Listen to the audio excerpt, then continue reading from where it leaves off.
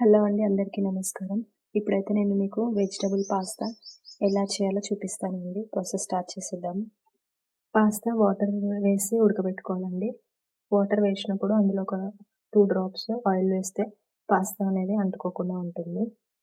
చూడండి, నేను stove వెలిగించుకున్నానండి. Stove వెలిగించుకొని ఆయిల్ పోసుకున్నాను. ఫస్ట్ ఆనియన్స్ వేసుకోవాలి. సన్నగా పొడవుగా కట్ చేసుకోవాలి ఆనియన్స్.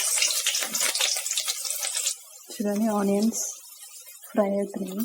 ఇప్పుడు ఇందులో పచ్చిమిర్చి వేస్తున్నాను. కొంచెం సాల్ట్ కూడా వేస్తున్నాను.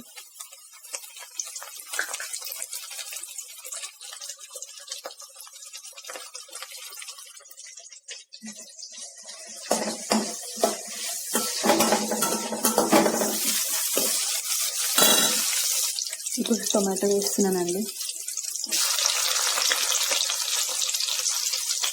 చాలా బాగుంటుందండి వెజిటబుల్ పాస్తా.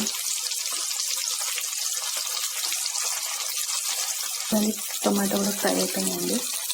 ఇప్పుడు క్యాబేజ్ వేసుకుంటాను. నెక్స్ట్ క్యారెట్ వేసుకుంటున్నానండి. తురుము పెట్టుకున్న క్యారెట్. కరివేపాకు కూడా వేసేస్తున్నానండి.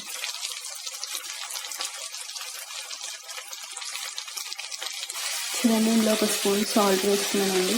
ఇందాక హాఫ్ స్పూన్ వేసుకున్నాను కదా, ఇంకొక హాఫ్ స్పూన్ పసుపు వేస్తున్నాను.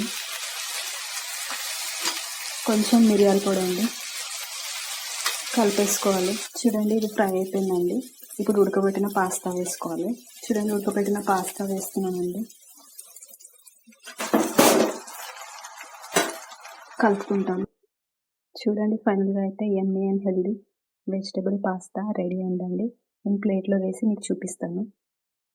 చూడండి, నేను ప్లేట్లో వేసుకున్నాను. ఫైనల్గా అయితే యమ్మీ and tasty vegetable pasta ready అయిందండి. మసాలా కూడా ఏం అవసరం లేదండి. జస్ట్ పచ్చిమిరకాయలు, మిరియాల పొడి ఉంటే చాలు.